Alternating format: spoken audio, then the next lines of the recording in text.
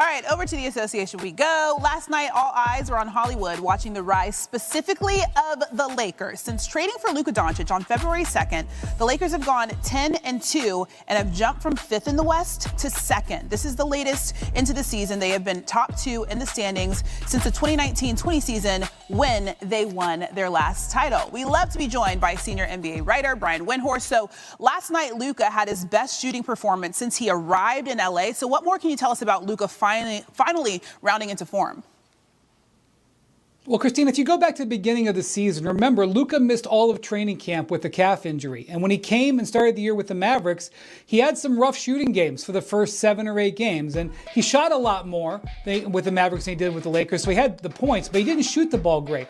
Well, then about the 8th, 9th, 10th game, then all of a sudden you saw the normal Luka emerge. Guess what? He misses 6 weeks with the calf injury.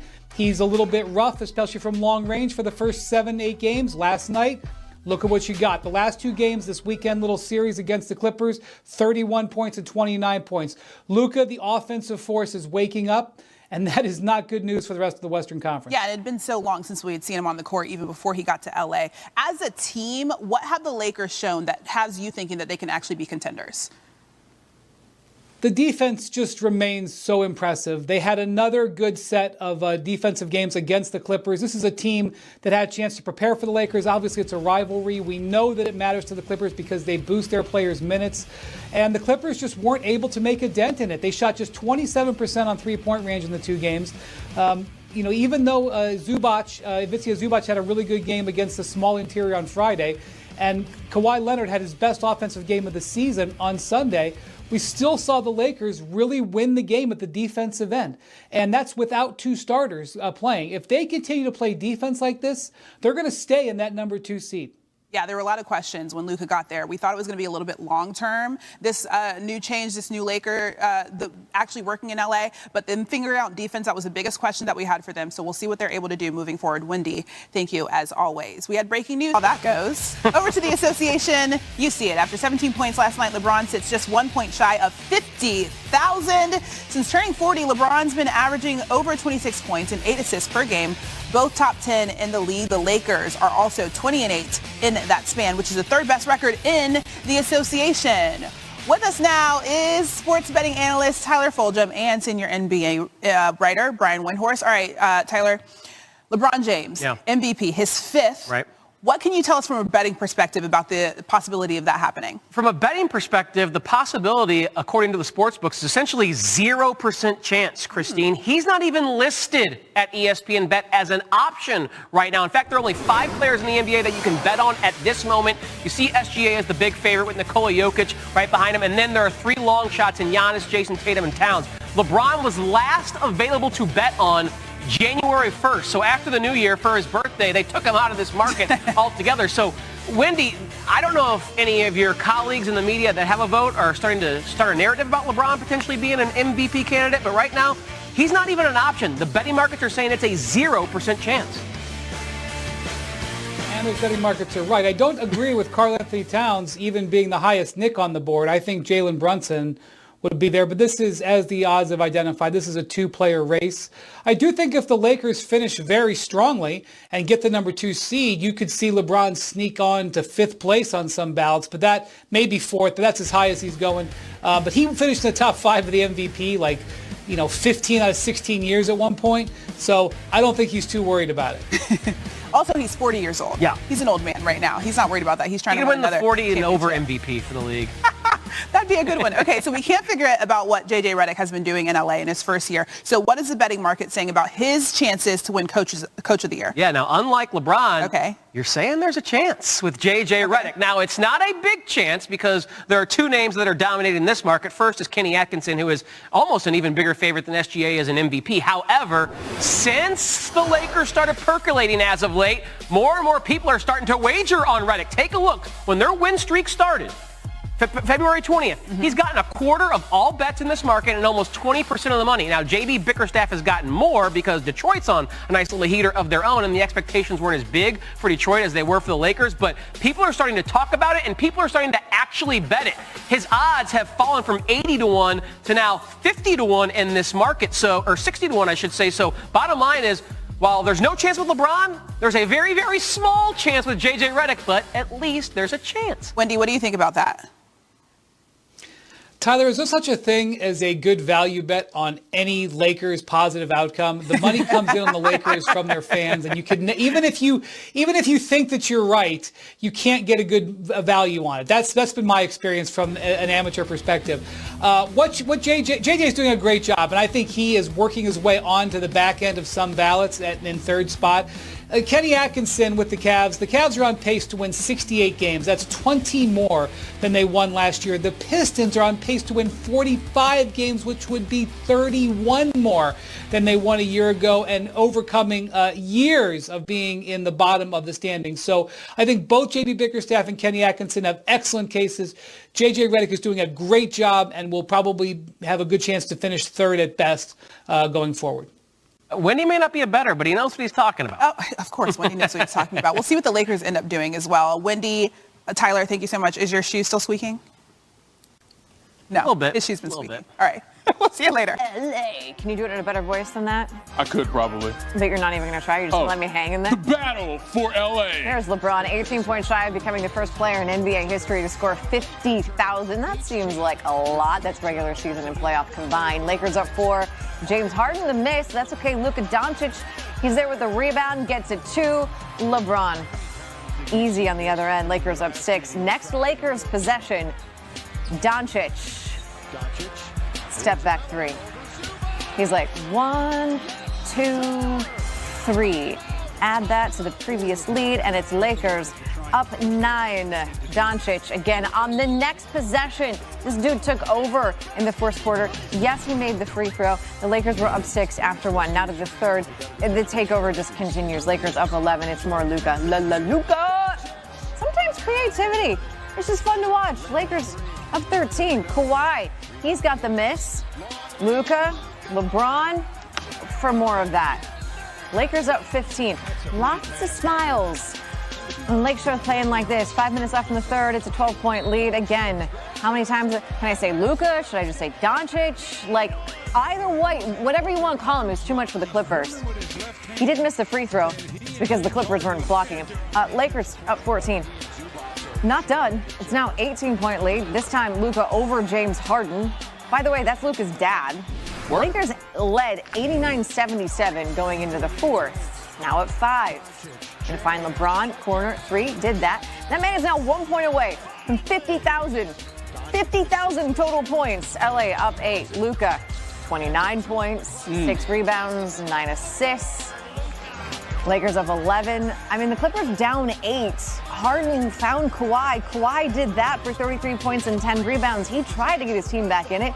It's only a 5-point game, but with 40 seconds to play, Chris Dunn strips Luka. Hold on, Dunn. Other end goes up. LeBron. Called goaltending. What? But that's what it's called. It's okay. We got eyes everywhere.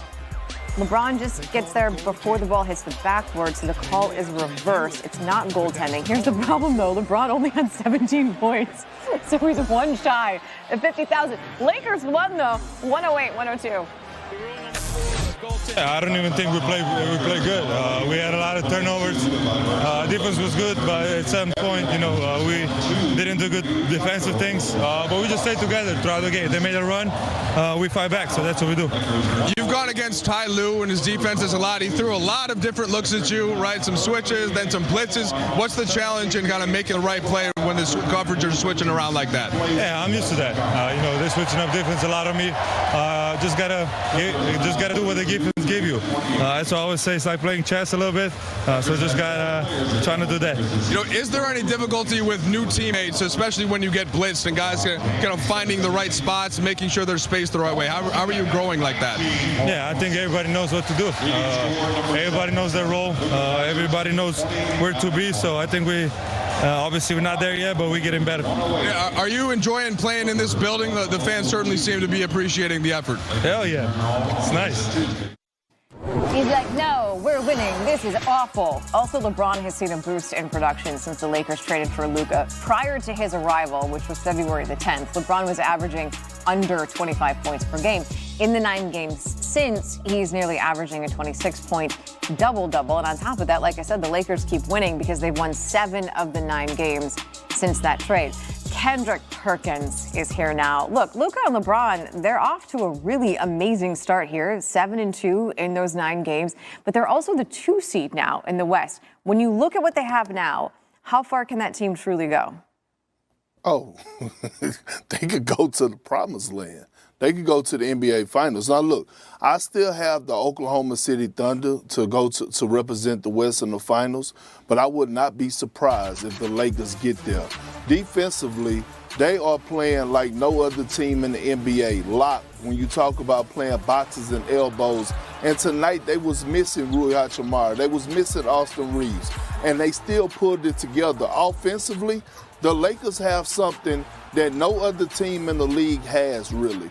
They have 2 guys that's going to make sure every single time down the floor, they're going to get a good shot at the basket because you have two of the best playmakers in the game. This Los Angeles Lakers team, outside of the Oklahoma City Thunder, where they at right now, they are the second best team in the NBA, and they could go to the NBA Finals. You know, I kind of laughed when I told you what LeBron did tonight with his 17 points, but like it's kind of a little bit disappointing because we could have seen him hit 50,000. Instead, we're just going to have to wait till the next game. The problem that he just continues to just blow my mind a little bit. He's 40. Like, when you think of what he's doing at the age of 40, like, what do you think? What do I think? Yeah. Let me tell you what I think. LeBron and I are the same damn age, Nicole. We played AAU basketball together. We were on the same Mickey D's class together. Damn it, we got drafted in the same draft class. I have started my 2nd career, and this man is still going strong. Do you realize he will be eligible for his pension in 5 years and still dominating at a high level? And guess what? I've been behind the scenes with LeBron James. I know the body of work that he has put in, and he's still doing it to this day. He is playing for nothing else. He has all the accolades. He has the championships. He's in the GOAT conversation, if not the GOAT. He's playing for the love of the game, and I'm going to tell you this. Luka probably has added more years to LeBron James' career. I thought maybe next year would be his last year, but I think he may go in another 2 years after this season. Wow. I'm just impressed with, like, look, when you're over 40, things hurt more. Yes. And it takes a while to recover when you're north of 40. And I can say that because I know. Anyway, Kendrick. Always a Nicole, pleasure. I'm hurting right now, and I've just been sitting around the studio. I'm just sitting here, like, oh, this mic pack is bothering my back. All I'm doing is sitting here. Night from Hollywood. No. Forget about the Oscar that goes to. How about the wins that keep compiling for the Lake Show? They've won 5 straight games. LeBron 18 points shy of becoming the first player ever to get to 50,000 points. First quarter, James Harden, no. Luka was like, yeet. Bron finishes down at the other end. Lake Show up half a dozen. Third quarter now. And Luka going full Joe Burrow again. I know Bron down there somewhere. And he was. Baseline to baseline. Lakers are up 6 at this point. And then Luka getting in on the scoring. They were up 15. And then from distance, shoots that one over James Harden. Yeah, I mean, come on. James Pops loving it. James Harden with his palms up wondering why there's a foul. He's rich. All right, we're in the fourth quarter now. The lead is 5.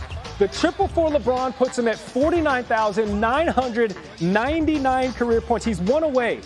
Chris Dunn, cookies on Luka. He did have 6 turnovers, did Luka in this game, but Bron the other way, man. Blocked him, looked clean. Instead, got called for goaltending. What, on me? Huh? Now, who else said Chris Dunn in the next dimension? I mean, that looked clean. Didn't look like he was on its way down. LeBron, 17 points. He will get to 50,000, no doubt. It just wasn't last night. So Bron ended yesterday sitting on 49,999 after going 1 for 8 in the fourth quarter. Now with 1 point, he's going to become the first player ever to get to 50,000 in his career. He did reach one milestone yesterday, though, as he became the 4th player in league history to win 1,000 career regular season games. Let's talk more about it. LeBron James knocking on the door of history. Senior NBA reporter Brian Windhorst joining the program now. Windy, Lakers, they've won 16 of the last 19. They've won now 6 straight. Why was last night's win particularly impressive in your eye? Well, first off, he's already got 50,000 because they don't count play-in games or the in-season tournament final. He's done. It'll be the third time he's done it, but that's a different topic for a different highlight, Gary. Look, I'm looking for smoke and mirrors on the Lakers. I can't find it. In this game, they're missing 2 starters, okay? The Clippers really wanted it. You want to know how I know? They played Kawhi Leonard the most minutes they've played him since dating all the way back to November of 2023. And he had a great game. And the Lakers actually saw LeBron struggle. LeBron's been perfect for the last few weeks. He actually had 8 turnovers in this game, but they defended. They got Luka Doncic having a good game. Dalton Connect had his best game in months, and they pulled it out. And now it's 9 straight wins over teams with winning records.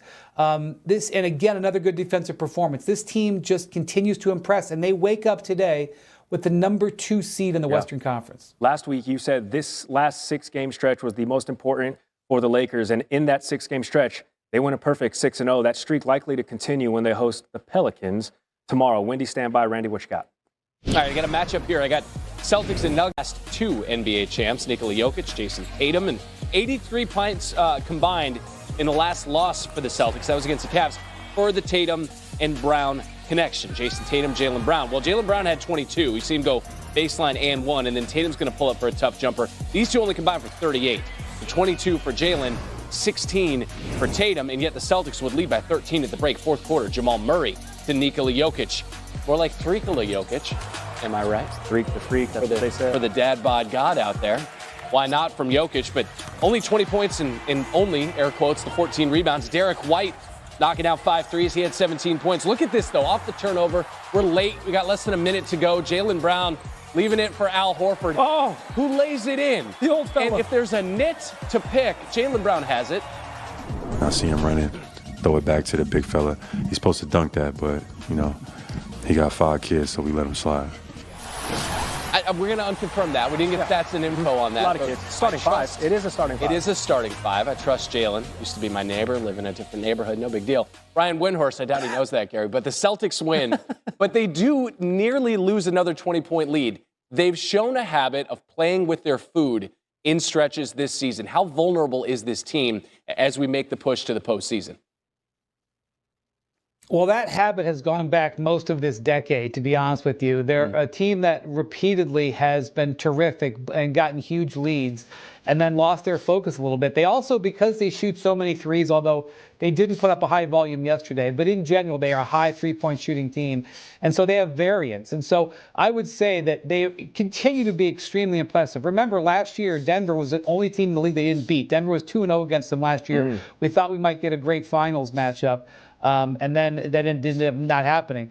And we also saw this happen on Friday against the Cavs, where that huge game, they get up by 22 in the first quarter in that game and end up losing when Donovan Mitchell has a big comeback. So what I would say about the Celtics is they have routinely proven, including this weekend, that they can dominate the league's elite teams, the teams that we may see them playing in May and June. But there is a question about whether or not they can maintain that focus. And look, they had 2 starters out over the weekend. There's other things that, indicate that they're in really good shape. But they don't have the same margin for error they did last year. They're just as good, if not better, but they don't have the same margin for error, and that will keep us on the edge of our seats come the postseason, is my guess. You mentioned the 2 starters. Drew Holiday still dealing with injury maintenance. Kristaps Porzingis out with an illness. But Boston hosts Portland and Philly before the Lakers come to town, a matchup of the current 2 seeds in their respective conference. That's Saturday night on ABC. Brian Windhorst, always ready for prime time. Thank you, Brian. Let's get to the Knicks. Let's get to the Heat down in Miami. Jalen Brunson.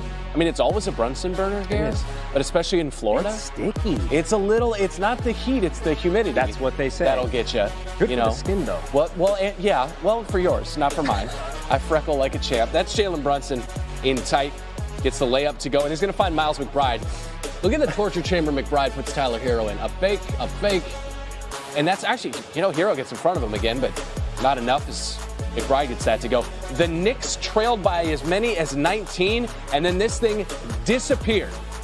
It was gone. Tyler Hero a three. The Heat retake the lead. It's a three-point shooting champ, and then Brunson's going to drive. I got a layup that's clutch, like Gary likes it, right? He can drive a manual. 6-speed, 7-speed, rock crusher, Muncie, whatever you need. You don't even have to ask him about it. He just brags. And then we're in overtime, and here's Brunson getting to his spot.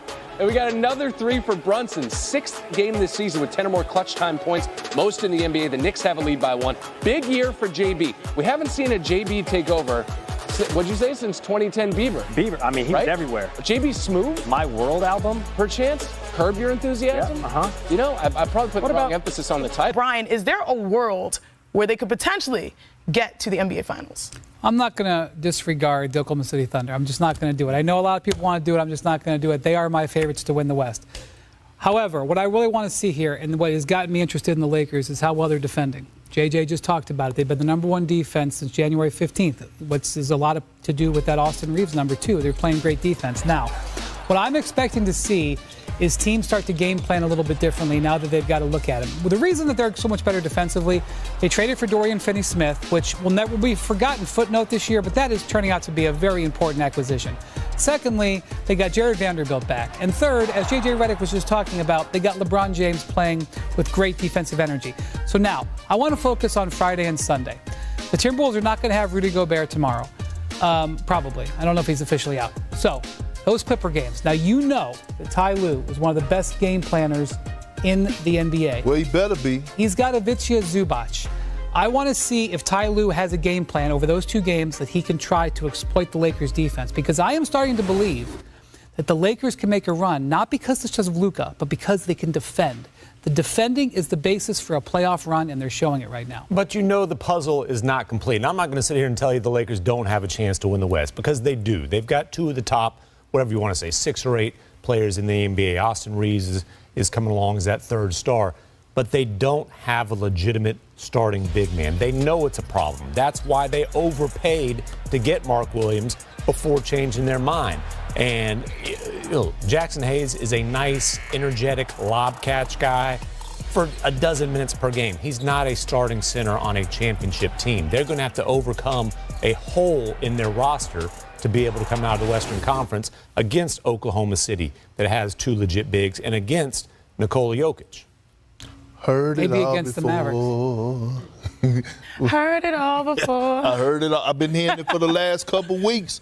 I heard it when they played against the Knicks with Karl Anthony Towns. They shut him down.